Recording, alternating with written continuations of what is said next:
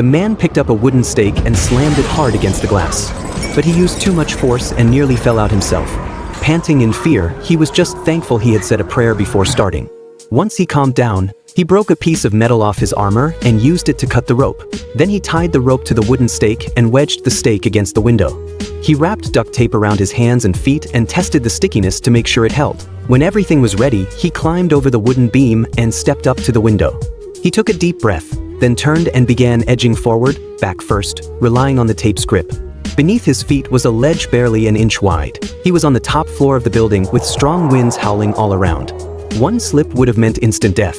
Soon, he reached the corner of the building. That's when we realized there was a fire raging inside. He slowly stretched his left foot across the gap, found a foothold, then stepped over. Down below, the crowd watching gasped and covered their mouths in fear. The man tied the rope to a signal pole, leaned his body at a 45-degree angle, planted his feet against the wall, and rappelled down. He reached the control room just before the pole tore loose. But there was no time to celebrate. A huge spinning fan blocked his way. He waited for the right moment, then jumped. Thankfully, he made it across safely, though barely. He ripped open the panel, cut the wires, and restarted the fire suppression system. Within seconds, most of the flames were put out.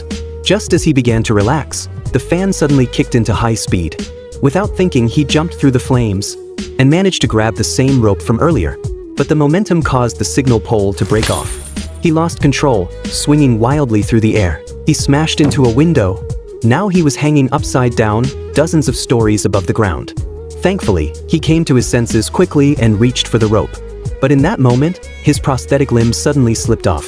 Right before it fell, he caught it in midair, narrowly avoiding disaster.